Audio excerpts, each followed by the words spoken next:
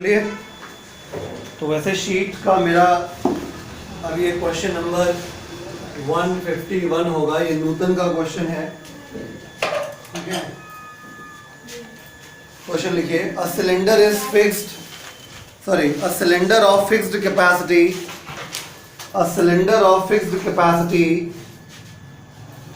44.8 litre, a cylinder of fixed capacity 44.8 liter contains a cylinder of fixed capacity 44.8 liter contains helium gas at NTP, contains helium gas at NTP, contains helium gas at NTP, full stop. Find the amount of heat required, find the amount of heat required, find the amount of heat required, find the amount of heat required to raise the temperature of gas, to raise the temperature of gas by 15 degrees Celsius, to raise the temperature of gas by 15 degrees Celsius.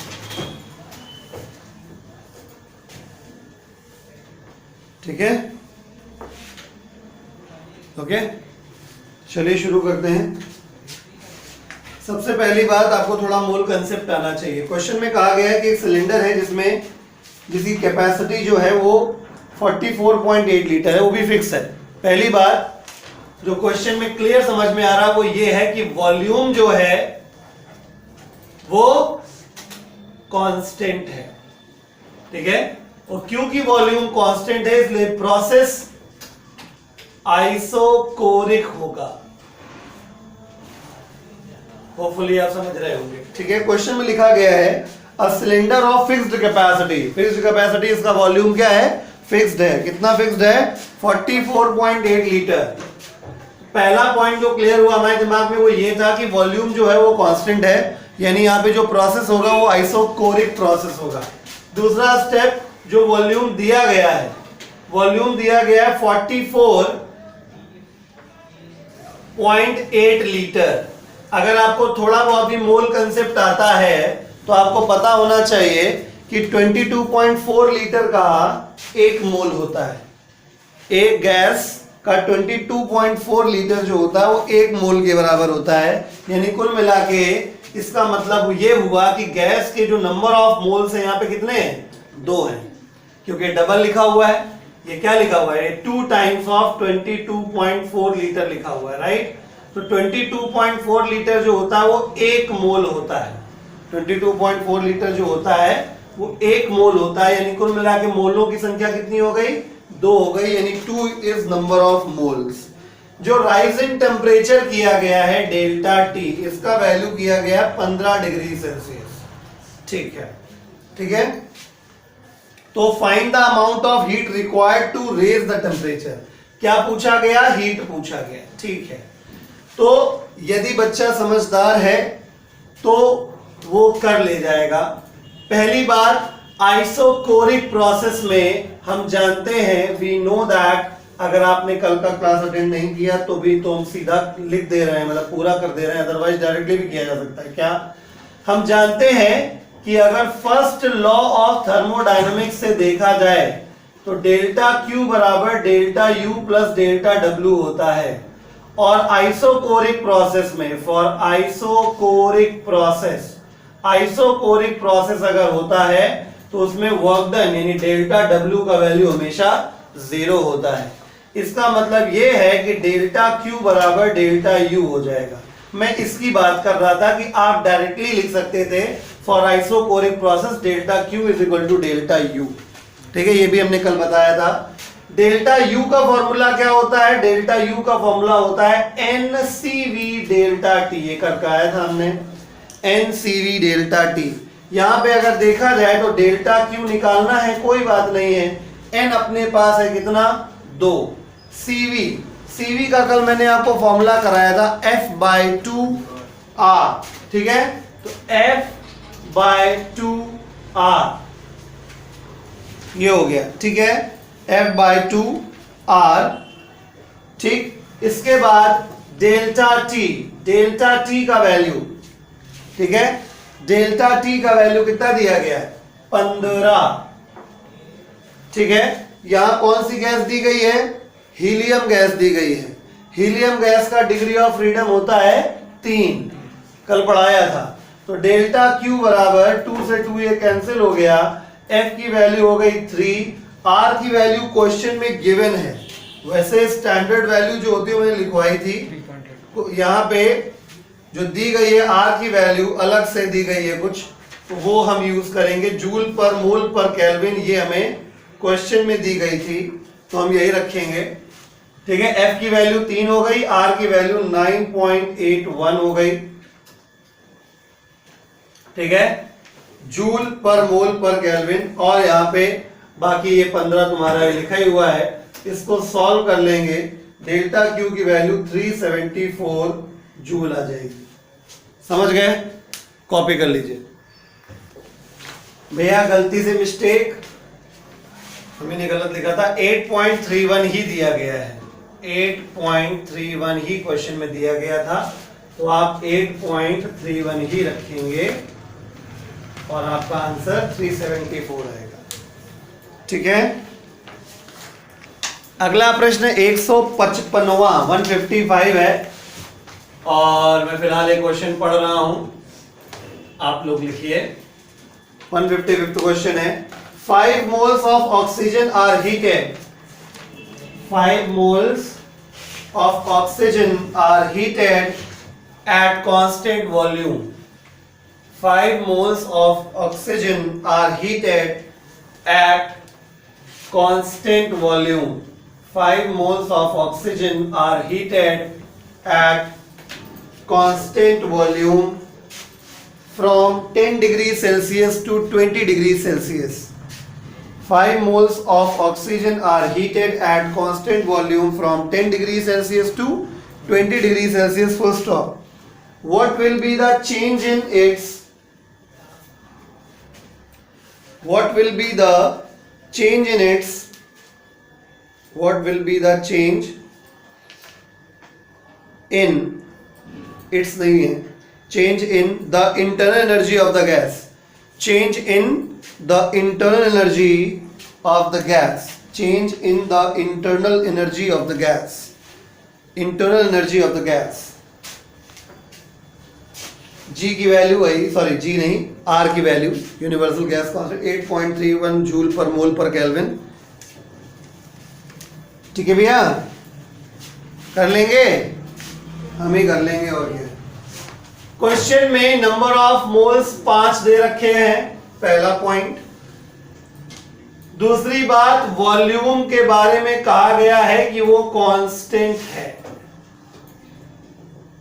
यानी process isochoric हो गया।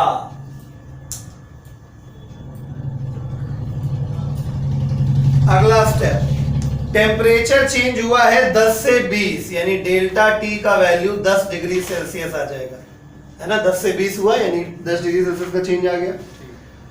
Internal energy change निकालना है, और आपको are का value 8.31 joule per mole पर degree Celsius या पर केल्विन दिया हुआ है। तो यहां पे फर्स्ट लॉ ऑफ थर्मोडायनेमिक्स लगाने की जरूरत है नहीं है, क्योंकि सीधा सीधा हमको पता है कि जब वॉल्यूम कांस्टेंट होता है तो चेंज इन इंटरनल एनर्जी होती है एनसीवी डेल्टा टी होती है।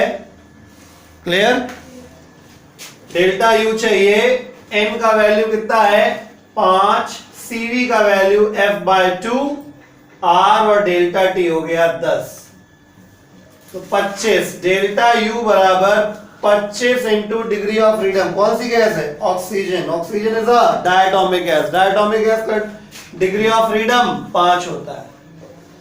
एफ की वैल्यू हमने कितनी रखी 5, और आर की वैल्यू 8.31, सॉल्व कर लेंगे, आंसर 1039 जूल आ जाएगा, कॉपी कर लीजिए। चलिए अगला प्रोसेस है आइसोबारिक प्रोसेस, ठीक है। तो आइसोबारिक प्रोसेस क्या होता है, हमने लिखवाया था आपको लास्ट टाइम पे, अगर याद हो।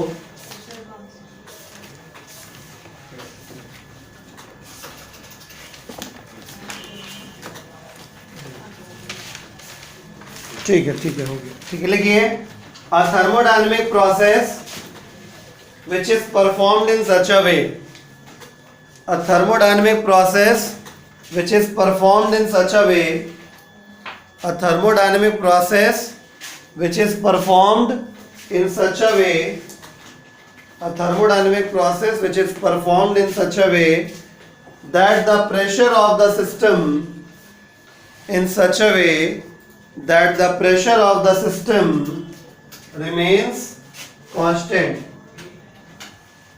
A thermodynamic process, comma, which is performed in such a way that the pressure of the system remains constant, comma, is called isobaric process. Is called isobaric process. Isobaric process. ठीक है। तो जिस प्रकार मैंने आइसोकोरिक प्रोसेस में कुछ important points आपको बताए थे, वैसे यहां बताने जा रहा हूं। पहला पॉइंट पकड़िए, इंपॉर्टेंट क्या है? Equation of state. Equation of state, उस वाले प्रोसेस में गेलू-सैक लॉ लगा था, इसमें प्रेशर लॉ लग रहा है, मतलब चार्ल्स लॉ। ठीक है, चार्ल्स लॉ क्या होता है? V प्रोपोर्शनलिटी, यानी इक्वेशन ऑफ स्टेट हो जाएगा यहां पे V1 अपॉन V2 बराबर T1 अपॉन T2। ठीक है, ये कैसे लिखा गया? By Charles law. ठीक है, V1 अपॉन V2 बराबर T1 अपॉन T2। ठीक, इसके बाद अगला पॉइंट है हमारे पास indicator diagram. Indicator diagram, indicator diagram. Indicator diagram मैंने आपको बताया था कि जो भी चीज कांस्टेंट होती है उस एक्सिस के परपेंडिकुलर लाइन बनती है। जैसे अगर पीवी इंडिकेटर डायग्राम है, PV normally PV indicator diagram ही होता है, तो क्योंकि प्रेशर कांस्टेंट है तो जो प्रोसेस बनेगा वो लाइन बनेगी परपेंडिकुलर टू प्रेशर एक्सिस। ठीक है, तो इसमें क्या हो रहा है? कांस्टेंट प्रेशर पे एक्सपेंशन हो रहा है, तो इसमें क्या हो रहा है? कांस्टेंट प्रेशर पे कंप्रेशन हो रहा है। ठीक है, आइसोबारिक प्रोसेस में वर्क डन क्या होता है? आइसोकोरिक में वर्क डन 0 आया था। ठीक है, देखिए वर्क डन की पूरी हिस्ट्री बताते हैं। वर्क डन सबसे पहले हमने आपको बताया तो वर्क डन बराबर इंटीग्रेशन P डॉट dV पढ़ाया। ठीक है, फिर साइक्लिक प्रोसेस में, सॉरी आइसोकोरिक में आ गए लास्ट टर्न पे, तो बताया कि वर्क डन 0 हो गया, तो वहां कोई फॉर्मूले की जरूरत नहीं पड़ी। लेकिन यहां पे आप खुद देखो, इंडिकेटर डायग्राम इसीलिए बनाया है, एक्सपेंशन हो सकता है, कंप्रेशन हो सकता है, इसका मतलब वर्क डन भी हो सकता है, यानी वर्क डन 0 नहीं आएगा। ठीक है, तो वर्क डन का एक आसान फॉर्मूला इसमें निकाला जा सकता है। तो हम लोग तीसरा पॉइंट करेंगे, expression of work done. Expression of work done, expression of work done. ठीक है, तो हम जानते हैं कि वर्क डन का जनरल फॉर्मूला जो होता है वो W बराबर integration from initial volume to final volume P dV होता है, राइट? ये जनरल फॉर्मूला है, मतलब मतलब किसी भी प्रोसेस के लिए इसको लगाया जा सकता है, चाहे आप आइसोकोरिक के लिए लगाते, चाहे आइसोबारिक के लिए लगाइए, चाहे एडियाबैटिक के लिए लगाइए, ये जनरल फॉर्मूला है। ठीक है, तो आइसोकोरिक में तो जरूरत नहीं है क्योंकि वर्क डन 0 रहता है। यहां पे इस फॉर्मूले से एक स्टैंडर्ड फॉर्मूला एक और निकालेंगे जो कि केवल किसके लिए वैलिड होगा? आइसोबारिक प्रोसेस के लिए। ठीक है, तो क्योंकि आइसोबारिक प्रोसेस में प्रेशर क्या रहता है? कांस्टेंट रहता है, तो कांस्टेंट चीज बाहर नहीं आ जाएगी। वर्क डन बराबर integration from initial volume to final volume, P बाहर आ गया, अंदर क्या बचा? dV, right? आगे बढ़ते हैं। implies that वर्क डन बराबर P, dV का जब इंटीग्रेशन करेंगे तो V बचेगा सिर्फ, from initial volume VI to final volume VF, upper limit minus lower limit. आपको ये याद करने की जरूरत नहीं है, आपको डायरेक्ट केवल फॉर्मूला याद करने की जरूरत है। तो W बराबर P, अपर लिमिट रखोगे तो VF, लोअर लिमिट रखोगे तो VI, VF माइनस VI कितना हो गया, डेल्टा V, यानी कि अल्टीमेटली फॉर्मूला आ गया P इंटू डेल्टा। तो आइसोबारिक प्रोसेस के लिए वर्क डन का formula P into delta V लगता है, ठीक है। और आप देख रहे हो वॉल्यूम चेंज हो रहा है तो टेम्परेचर भी चेंज हो रहा है, राइट। तो एक काम और कर सकते हैं, एक फॉर्मूला और बन सकता है यहां पे, by ideal gas equation. Ideal gas equation formula क्या होता है, पीवी बराबर एनआरटी, होता है नहीं होता है। क्या पी में डेल्टा लगा सकते हैं, नहीं लगा सकते। क्यों नहीं लगा सकते, क्योंकि प्रेशर कांस्टेंट है ना। आई मीन टू से मैं इस इक्वेशन को ऐसे लिखूंगा, P इंटू डेल्टा वी बराबर N R into delta T, क्योंकि क्या क्या चेंज हो रहा है, वॉल्यूम और टेम्परेचर, बाकी सारी चीजें नहीं चेंज हो रही, तो हम डेल्टा नहीं लगा सकते। समझ में आया कि नहीं आया, ठीक है। अर्थात अगर इसको यूज किया जाए, इसको फर्स्ट इक्वेशन भी मान लें, तो from first equation P delta V की जगह क्या आ जाएगा, W, तो W बराबर क्या हो गया, NR डेल्टा।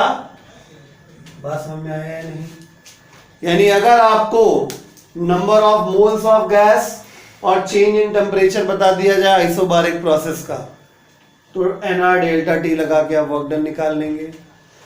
और अगर आपको प्रेशर और चेंज इन वॉल्यूम पता है तो P इंटू डेल्टा V लगा के वर्क डन निकाल लेंगे। यानी आइसोबारिक प्रोसेस में वर्क डन के फॉर्मूले होते हैं दो, P डेल्टा V और NR डेल्टा T।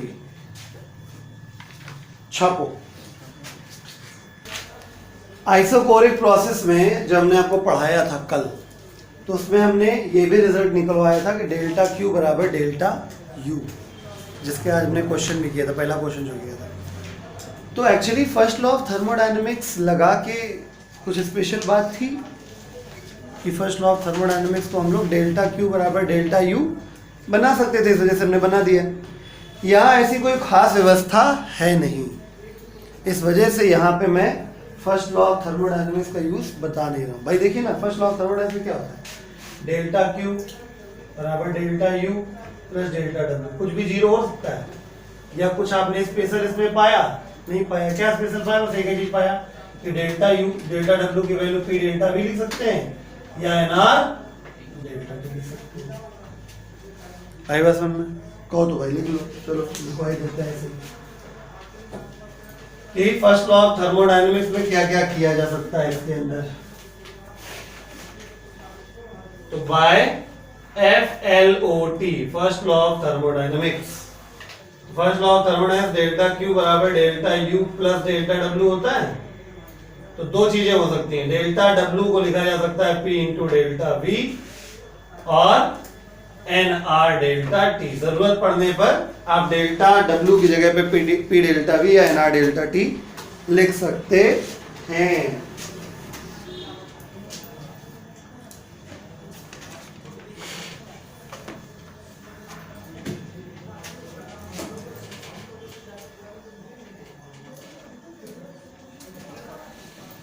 चलिए एक और क्वेश्चन लिखिए आइसोकोरिक प्रोसेस के लिए।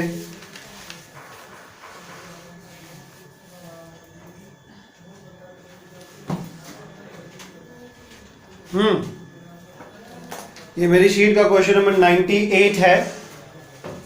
लिखिए इसमें, 1 mole of an ideal gas is heated, 1 mole of an ideal gas is heated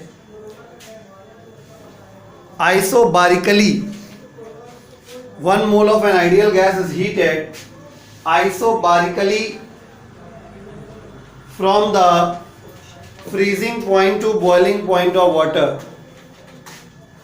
from the freezing point to the boiling point of water comma each under normal pressure, each under normal pressure, each under normal pressure, full stop. Find out the work done by the gas, find out the work done by the gas, find out the work done by the gas and the change in its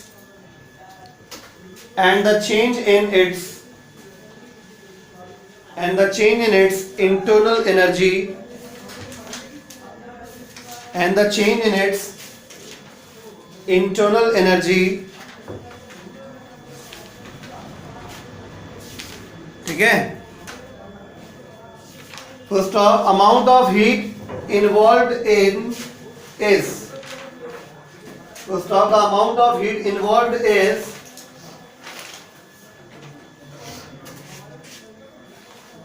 amount of heat involved is 1 kilojoule.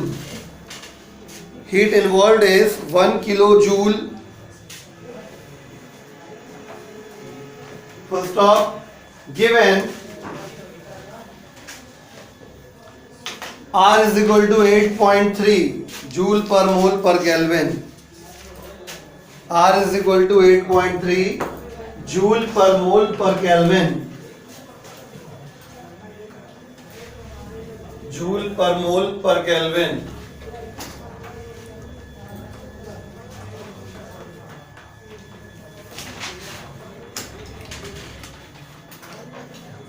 देखिए कर देते हैं फटाक से.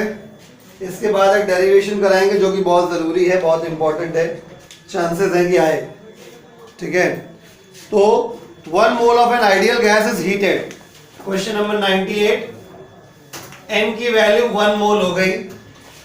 आइसोबारिकली यानी isobaric process है, isobaric process है. इसका मतलब प्रेशर की वैल्यू क्या है, कांस्टेंट है. अच्छा, from freezing point to boiling point of water, from freezing point to boiling point यानी initial temperature 0 degree Celsius and final temperature 100 degree Celsius. इसका मतलब चेंज इन टेम्परेचर कितना हुआ, 100 डिग्री सेल्सियस. डेल्टा टी दे दिया गया. ठीक है, अंडर नॉर्मल प्रेशर. ठीक है, ठीक है. तो find out work done by the gas. पहली चीज वर्क डन निकालनी है. ठीक है, and the change in internal energy delta U भी निकालना है. अगर कितना हीट दिया गया है 1 किलो जूल बोले तो 1000 जूल. चलिए शुरू करते हैं. सबसे पहली बात तो आइसोबारिक प्रोसेस है और हमें वर्क डन निकालना है. ठीक है, तो बिकॉज या ऐसे लिखे for isobaric process, isobaric process के लिए वर्क डन जो होता है वो P इंटू डेल्टा V होता है.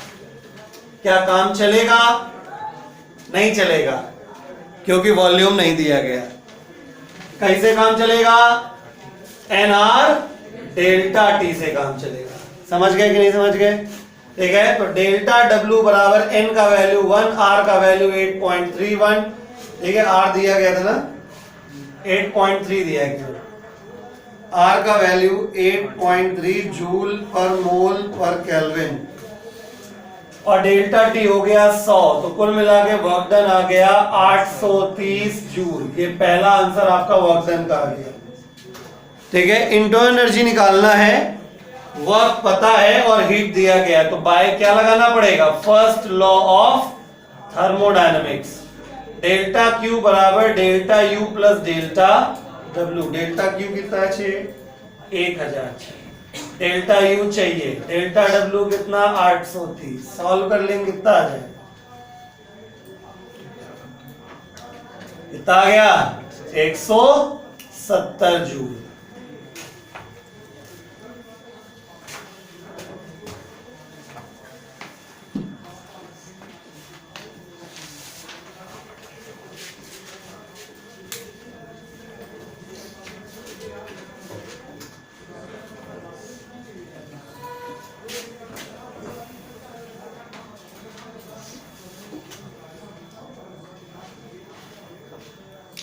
चलिए नेक्स्ट टर्न पे करेंगे। देखिए सीपी और सीवी में रिलेशन जिसको कहते हैं Mayer formula, Cp minus Cv upon R, sorry Cp minus CV is equal to R, Mayer formula होता है। ये काफ़ी इंपॉर्टेंट है, चांसेस रहते हैं इसके एग्जाम में पूछे जाने के। डालिए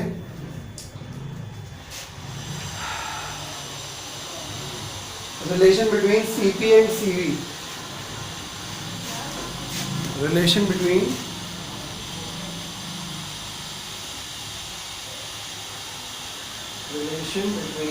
CP and CV।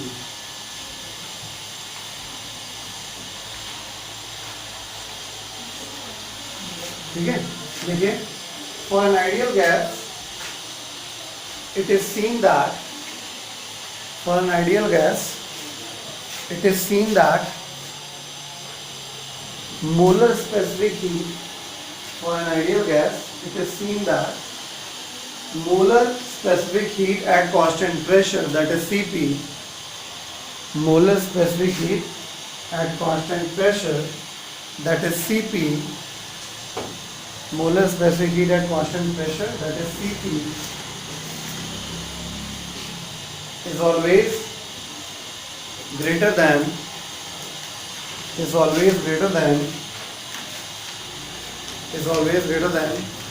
molar specific heat, is always greater than molar specific heat at constant volume,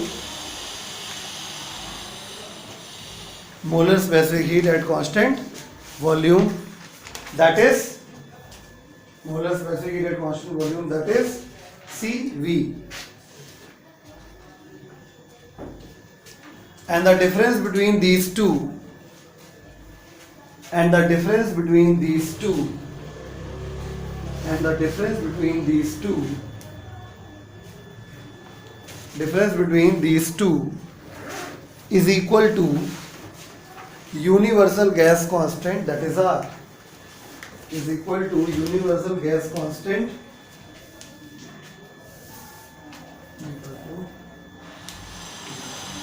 and the difference between these two is equal to universal gas constant, that is R, capital R।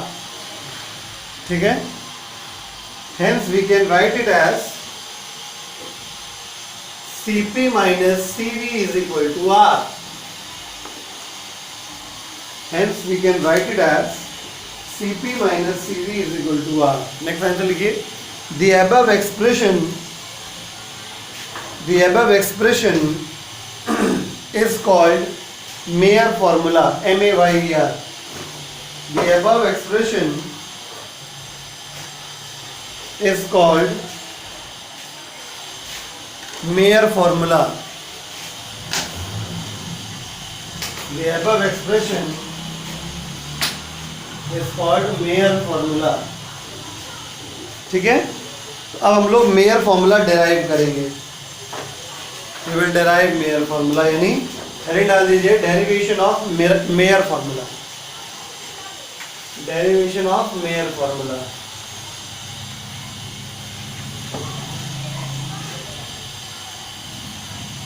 Derivation of Mayer formula, ठीक है, बहुत आसान है। मान लीजिए कि हमारे पास n मोल्स है आइडियल गैस के, let we have n moles of an ideal gas, ठीक है, और हमें क्या करना है, इस थर्मोडायनेमिक सिस्टम को एक स्टेज से दूसरे स्टेज तक लेके जाना है दो प्रोसेस में, एक बार आइसोकोरिक प्रोसेस के थ्रू और एक बार आइसोबारिक प्रोसेस के थ्रू। ठीक है, तो assuming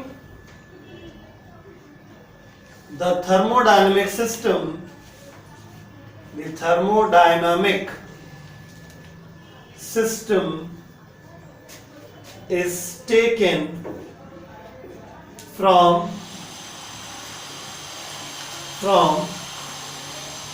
state A to B isochorically, आइसोकोरिकली लेके जा रहे हैं, ठीक है। तो by first law of thermodynamics क्या होता है, डेल्टा क्यू बराबर delta U plus delta W होता है, ठीक है। आइसोकोरिक प्रोसेस में डेल्टा डब्ल्यू जीरो होता है, तो क्योंकि डेल्टा डब्ल्यू इज जीरो, इस वजह से डेल्टा क्यू बराबर डेल्टा यू, ठीक है।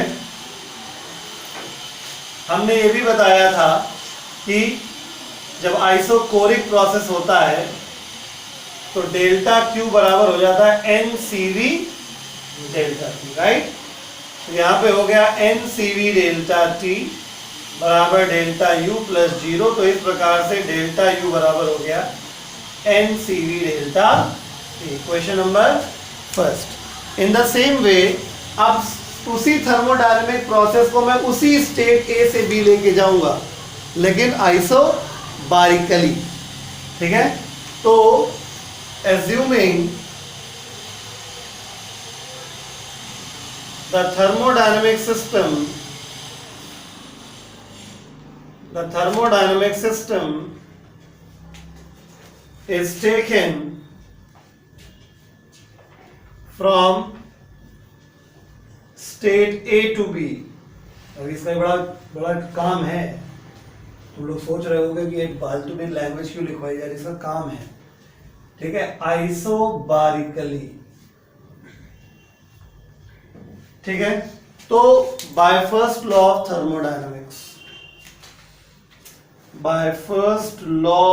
थर्मोडायनेमिक्स डेल्टा क्यू बराबर delta U plus delta W होता है, राइट। ओके, फॉर्मूला आपको पता होना चाहिए, डेल्टा क्यू अगर प्रेशर सेम है तो यही एनसीपी डेल्टा टी हो जाएगा, यही डेल्टा क्यू कांस्टेंट वॉल्यूम में एनसीवी डेल्टा टी हो जाता है और कांस्टेंट प्रेशर पे एनसीपी डेल्टा टी हो जाता है, और डेल्टा डब्ल्यू जो हो जाएगा तुम्हारा एन आर डेल्टा टी, कल मैंने पढ़ाया था। आइसोबारिक प्रोसेस में W बराबर P डेल्टा V होता है या NR डेल्टा T होता है, ठीक है। तो वैल्यू आप पुट आएंगे, चलिए वैल्यू को पुट करते हैं, ठीक है। तो पुटिंग वैल्यूज, देयरफॉर आपका डेल्टा Q हो गया NCP डेल्टा T, ठीक है। डेल्टा U वही है, डेल्टा U वही रहेगा। अब समझिए कैसे, मैंने आपसे कहा था डेल्टा यू स्टेट फंक्शन है, यानी ये इस बात पे निर्भर करता है कि कहां से शुरू और कहां से खत्म हो रही कहानी, डेल्टा यू, ठीक है। तो क्योंकि दोनों प्रोसेस में आप सेम दो पॉइंट्स के बीच में प्रोसेस करवा रहे हैं, तो डेल्टा यू दोनों के लिए सेम होगा। आई बात समझ में? इस वजह से हमने डेल्टा यू चेंज नहीं किया, वही रखा है। इसी का फायदा मिलेगा कि हम डेल्टा यू की वैल्यू यहाँ रख देंगे। खैर, डेल्टा डब्ल्यू की जगह क्या हो गया, एनआर डेल्टा टी। तो from first equation delta U निकाल चुके हैं, एनसीपी डेल्टा टी बराबर डेल्टा यू की जगह हो गया NCV delta T plus NR delta T. Delta T delta T delta T cancel, N N N cancel, क्या बचा, CP is equal to CV plus R, यानी CP minus CV is equal to R. आई बात समझ में? छाप लीजिए। तो चलिए हम लोग रिलेशन निकालेंगे किसका, सीपी और डिग्री ऑफ फ्रीडम का। सीवी का हमको पता होता है F/2R, करा चुके हैं, ठीक है। तो ये डाल दीजिए relation between degree of freedom and CP. ये डालिए relation between degree of freedom and CP.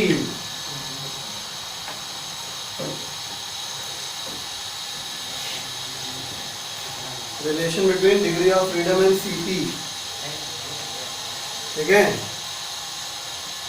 Handle है, सीपी का सी कैपिटल होता है, इसमें सफिक्स में पी लिखा रहता है, ठीक। चलो, तो we know that Cp minus CV is equal to R, और हमने सीवी आपको ऑलरेडी बता दिया है F/2R होता है। तो Cp minus F/2R is equal to R, तो Cp is equal to 3/2 times Fr। ठीक है, एक मिनट,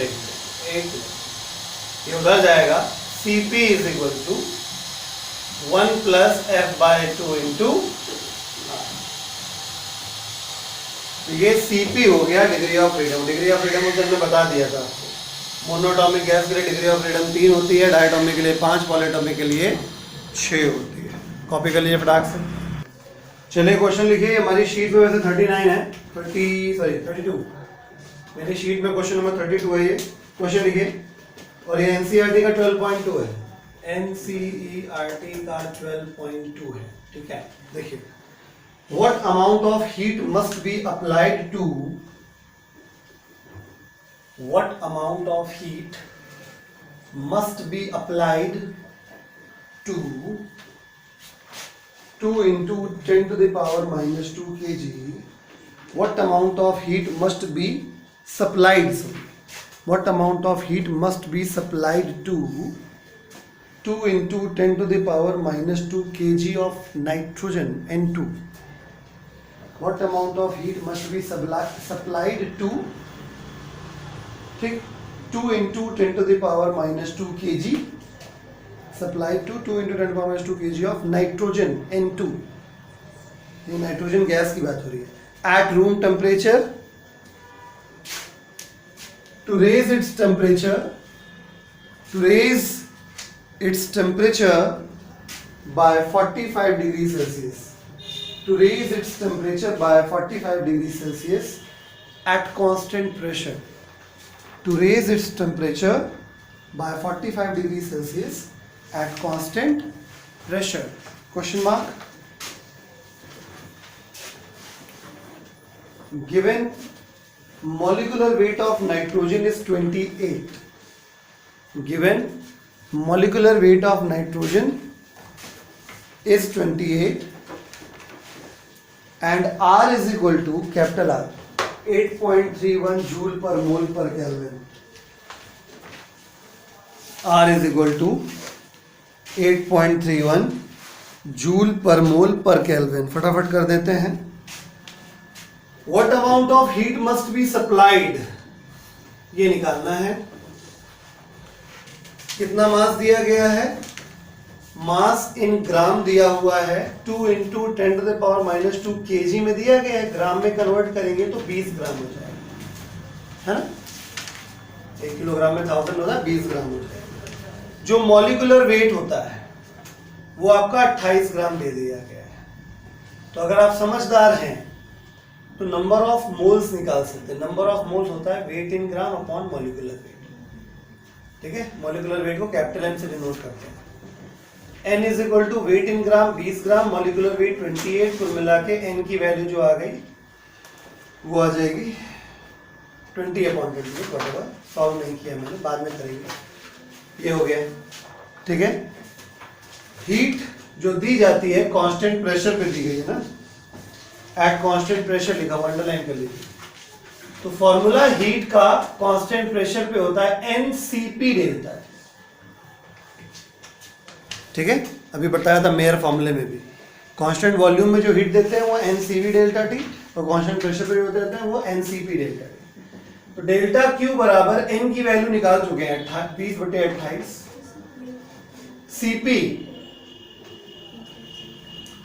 सीपी होता है 1 प्लस F/2R, अगर याद हो तो। अभी भी निकलवाया थोड़ी देर पहले। और delta T rise in temperature कितना हुआ है रूम टेम्परेचर से, ठीक है, 45 हुआ है। ठीक है, at room temperature to raise its temperature by 45 degree. 45 नहीं हुआ है, 45 बढ़ा है, टेम्परेचर 45 बढ़ाया गया है। मतलब क्वेश्चन में बाकायदा डेल्टा टी की वैल्यू 45 डिग्री सेल्सियस दे दी गई है। ठीक है, ये हो गया 45 डिग्री। ठीक, बाकी नाइट्रोजन गैस है, डिग्री ऑफ फ्रीडम 5 हो जाएगी यहाँ पे। तो डेल्टा क्यू बराबर 20/28 5, ये हो जाएगा ना 1 प्लस 5/2। आर का वैल्यू 8.31 और ये 45। कर लोगे सॉल्व, डेल्टा क्यू की वैल्यू आ जाएगी 0.75 जूल। ठीक है,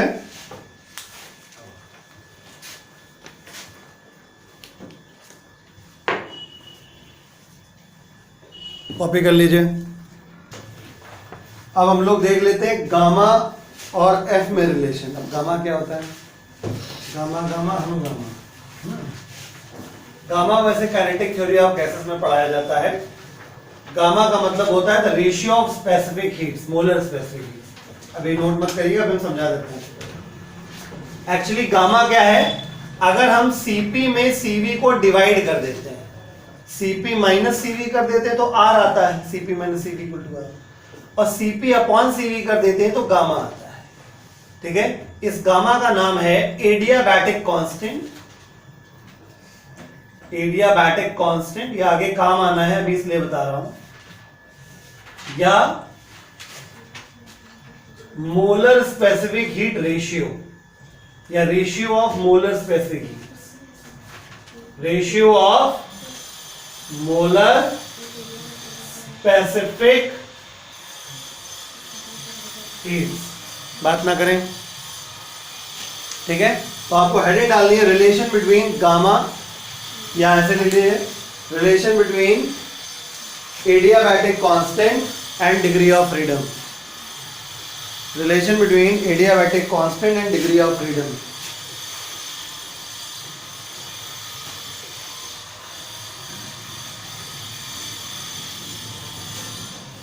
adiabatic constant and degree of freedom.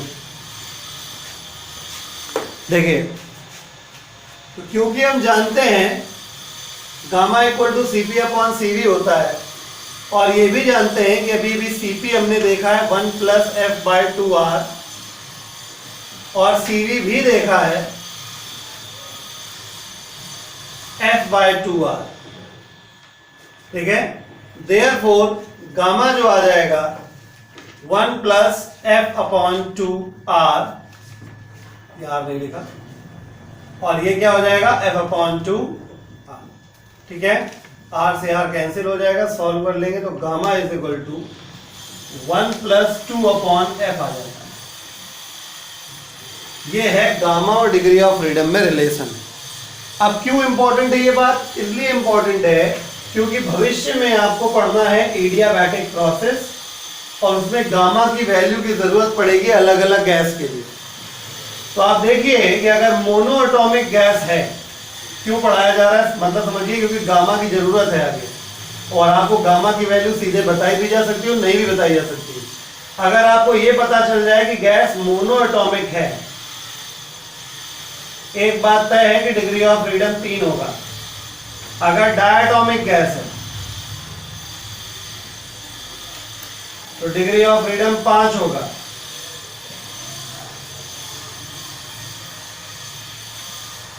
और अगर पॉलीएटॉमिक गैस है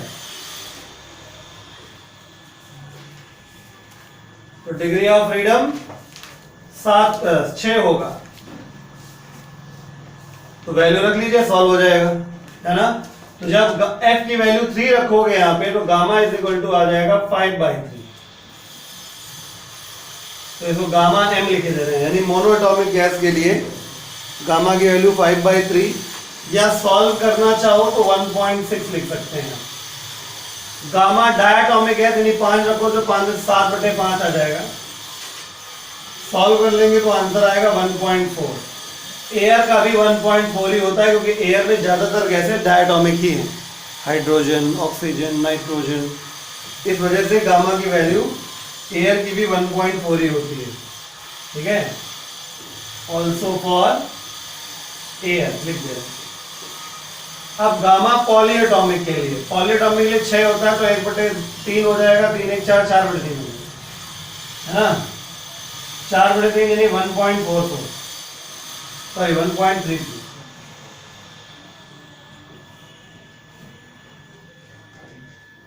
ठीक है, तो पॉलीएटॉमिक के लिए इतना हो गया। साफ साफ आप देख रहे हैं मोनोएटॉमिक गैस का सबसे ज्यादा होता है, ऐसे साइन बना लेंगे। डायटोमिक का उससे कम, और सबसे कम किसका होता है? गामा पॉलीएटॉमिक का 1.6, 1.4, 1.3। कॉपी कर लीजिए। चलिए अब पढ़ते हैं हम लोग आइसोथर्मल प्रोसेस। ठीक है, अभी तक हम लोगों ने आइसोकोरिक और आइसोबारिक पढ़ लिया कम्प्लीटली। अब हेडिंग डाल दीजिए आइसोथर्मल प्रोसेस। अब एडिशनल चीज़ें नहीं आएंगी, जो बीच में सीपी सीवी गामा ये सब आ गया, वो सब कुछ हो चुका है। ठीक है, हेडिंग डाल दीजिए आइसोथर्मल प्रोसेस। आइसोथर्मल प्रोसेस क्या होता है? आइसोथर्मल प्रोसेस, आइसोथर्मल प्रोसेस वो प्रोसेस होता है, ठीक है, जिसमें टेम्परेचर कांस्टेंट रखा जाता है। नाम पे क्लियर है? आइसोथर्मल लिखिए। N isothermal process is one, N isothermal process is one in which an isothermal process is one in which temperature of thermodynamic system in which temperature of thermodynamic system in which temperature of thermodynamic system remains constant, in which temperature of thermodynamic system remains constant, temperature of thermodynamic system remains constant। ठीक है, तो कभी कभी question पढ़ के पहचानना पड़ता है कि आइसोथर्मल प्रोसेस है। जैसे ये बात तो तय हो जाती है कि आइसोथर्मल प्रोसेस में टेम्परेचर सेम है, ये तो एक पहचान है ही। लेकिन जो प्रोसेस सुपर स्लो हो, बहुत स्लो, उन्हें आइसोथर्मल कहते हैं। जो प्रोसेस बहुत स्लोली किए जाते हैं। अगर आपको दोनों हाथ रगड़ने हैं, ठीक है, दोनों हाथ अगर आपको रगड़ने हैं और आप ये चाहते हैं कि टेम्परेचर ना बढ़े, तो यू शुड रब वेरी, बहुत, तब जाके दोनों हाथों का जो टेम्परेचर है वो चेंज नहीं हो रहा है। तो मैंने तेजी से रगड़ दिया, टेम्परेचर बढ़ जाएगा, है ना। तो एग्जाम्पल था केवल एक। ठीक है, तो हेडिंग डाल दीजिए essential conditions for an isothermal process to take place. Heading है essential conditions for an isothermal process, essential conditions for an isothermal process to take place, essential conditions for an isothermal process to take place, essential conditions for an isothermal process to take place, essential conditions for an isothermal process to take place। देखिए number 1, ठीक है, जो thermodynamic system है, जिस system में वो बंद है, ठीक है, थर्मोडायनेमिक सिस्टम मतलब गैस, गैस जिस चीज़ में बंद है, मतलब सिलेंडर पिस्टन अरेंजमेंट जिसमें बंद करके रखा गया है, ठीक है, वो 100% कंडक्टिंग होना चाहिए, हीट आर पार चली जाए। वैसे आइडियल केस है, ऐसा कुछ होता नहीं है, लेकिन फिर भी हमें आइडियल ही पढ़ना है। ठीक है, पहला पॉइंट लिखिए, the walls of the container, the walls of the container must be perfectly conducting, the walls of the container must be perfectly conducting, the walls of the container must be perfectly conducting, the walls of the container must be perfectly conducting to allow free exchange, to allow free exchange of heat, to allow free exchange of heat between the system and the surroundings, free exchange of heat between the system and the surroundings, between the system and the surroundings, free exchange of heat between the system and the surroundings। ठीक है, इसके बाद number 2 जो अभी मैंने बताया, the process of isothermal compression, the process of isothermal compression and isothermal expansion, the process of isothermal compression and isothermal expansion should be very slow, should be very slow, so as to provide, should be very slow so as to provide sufficient time, so as to provide sufficient time, so as to provide sufficient time for the exchange of heat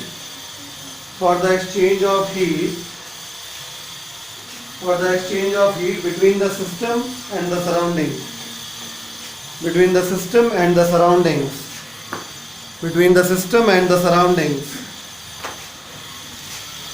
ठीक है। तो जिस प्रकार से हम thermodynamic जो भी process पढ़ाते हैं आपको क्या बताते हैं, कुछ खास बातें जैसे कि इक्वेशन ऑफ स्टेट वगैरह, तो इसमें बता देते हैं। तो पहली चीज है equation of state.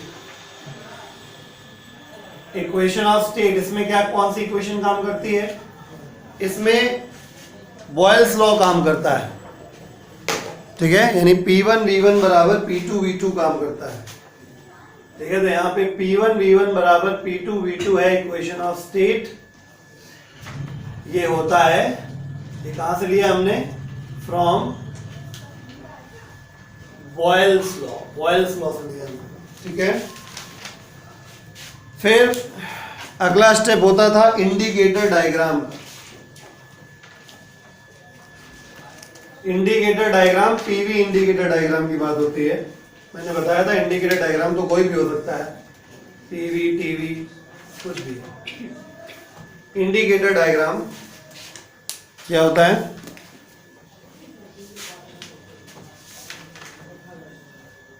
P versus V, graph बनाना है। इतना आसान होता है, खुद देखिए। P इंटू वी कॉन्स्टेंट है, P into V is equal to constant graph. ठीक है, तो P प्रोपोर्शनल क्या हो गया? 1/V। जब ऐसा होता है तो हाइपरबोलिक कर्व बनता है। ठीक है, तो आइसोथर्मल प्रोसेस में हमेशा पीवी इंडिकेटर डायग्राम कैसे बनेगा? Hyperbolic curve. अब ये अगर ऐसे बन गया तो ये आइसोथर्मल एक्सपेंशन हो गया, वॉल्यूम बढ़ रहा है। अगर ये ऐसे एरो बन गया तो आइसोथर्मल कंप्रेशन हो गया। ठीक, अच्छा, अब इसमें तीन चीजें हैं, तीसरी चीज जो है वो है वर्क डन। अगर आपको याद हो तो तीसरा स्टेप जो हम लोग निकालते थे वो वर्क डन होता था। अब यहाँ पे वर्क डन का तीसरा पॉइंट है, मैं लिख रहा हूं। तो आप वर्क डन निकालना है, मतलब वर्क डन का फॉर्मूला डिराइव करेंगे। बेसिकली आप वर्क डन समझ लीजिए, यहाँ पे फॉर्मूला मैं लिख दे रहा हूं, या डिराइव ही करेंगे। वर्क डन, आइसोथर्मल प्रोसेस में जो वर्क डन होता है उसका फॉर्मूला डिराइव करना पड़ेगा, जो कि हम लोग चलो नेक्स्ट टर्म पे कर लेंगे। डिसीजन चेंज अभी करेंगे। तो वर्क डन कितना होगा वो निकाल लेते हैं। देखिए फटाफट हो जाएगा। हम जानते हैं, वी नो दैट जो वर्क डन होता है उसका जनरल फॉर्मूला होता है PdV, from initial volume V1 से फाइनल वॉल्यूम V2 तक। ठीक है, फॉर्मूला होता है आइडियल गैस के लिए PV is equal to nRT। तो यहाँ पे इंप्लाइज दैट प्रेशर की जगह पे nRT अपॉन V लिख सकते हैं, इसको उठा के यहाँ रखेंगे। तो वर्क डन बराबर इंटीग्रेशन फ्रॉम इनिशियल वॉल्यूम तो final volume nRT upon V into dV हो जाएगा। nRT जब से पैदा हुए तब से कांस्टेंट है, nRT constant, integration from initial volume to final volume 1/V dV। 1/V का डिफरेंशिएशन होता है log V base E। Therefore work done is equal to nRT, और ये बन जाएगा log V base E from initial volume to final volume. Upper limit minus lower limit करना है। ठीक है, तो हम लोग W is equal to nRT, ये हो जाएगा log base E V final minus log base E V initial. ठीक है, तो ये log m minus log n की प्रॉपर्टी है, पता होना चाहिए। मैं लिख देता हूं फॉर्मूला। अगर log m minus log base E n लिखा है तो इसको हम log base E m upon n लिख सकते हैं। इस वजह से वर्क डन बराबर nRT, और ये बन जाएगा log base E final volume upon initial volume. कुछ लोग V इनिशियल को V1 और V फाइनल को V2 लिखते हैं, तो आप ऐसे भी याद कर सकते हैं। एक फैक्टर है एक्चुअली, ज्यादातर हमें जो लॉग की वैल्यू पता होती है लॉग बेस 10 में पता होती है, ना कि लॉग बेस ई में। तो ध्यान से सुन लीजिए, लॉग बेस ई को लॉग बेस 10 में कन्वर्ट करने के लिए 2.303 से मल्टीप्लाई होता है, यानी वर्क डन का फॉर्मूला बन जाएगा 2.303 nRT लॉग जो बेस ई था अब वो लॉग बेस 10 होता है, V final upon V initial. ठीक है, ये वर्क डन का फॉर्मूला हो गया। ठीक है, और सुनिए, इक्वेशन ऑफ स्टेट अगर लगा दूं मैं, क्योंकि PI VI बराबर PF VF हो जाएगा, implies that VF upon PI is equal to PI upon PF हो जाएगा। इसको बस याद रख देना है, तो प्रेशर के टर्म्स में भी फॉर्मूला मिल जाएगा। W बराबर 2.303 nRT log बेस 10 और PI अपॉन PF। तो ये आपका वर्क डन का फॉर्मूला प्रेशर के टर्म, यानी ये दोनों फॉर्मूले कब लगते हैं? आइसोथर्मल प्रोसेस के लिए लगते हैं। फिर से एक बार क्लियर कर दे रहे हैं, वर्क डन का general formula integration PdV from initial volume to final volume. क्योंकि आइडियल गैस हमारा थर्मोडायनामिक सिस्टम है, इसलिए PV इक्वल टू nRT, तो P की वैल्यू उठा के यहां रख देंगे, nRT सब कांस्टेंट है बाहर आ जाएगा, 1 अपॉन V का differentiation log V base, sorry integration log V base E होता है, अपर लिमिट माइनस लोअर लिमिट करेंगे तो ये आ जाएगा, ये log M minus log N का फॉर्मूला है, तो log M अपॉन N आ जाएगा, बेस में E है, बेस में E को बेस में 10 कन्वर्ट करने के लिए 2.303 से मल्टीप्लाई कर दिया। क्योंकि आइसोथर्मल में इक्वेशन ऑफ स्टेट लग जाती है, यानी P1 V1 equal to P2 V2, यानी PI VI equal to PF VF, तो हमने VF upon VI equal to PI upon PF देख के यहाँ पे रख दिया, तो ये हमारे दोनों फॉर्मूले आ गए। ठीक है, चौथा पॉइंट है हमारे पास, फर्स्ट लॉ ऑफ थर्मोडायनामिक्स का क्या होता है इस जगह पे, इस एक्सप्रेशन का, मतलब इस प्रोसेस में फर्स्ट लॉ ऑफ थर्मोडायनामिक्स अगर लगाएं तो क्या स्पेशल दिखाई देता है। तो चौथा पॉइंट है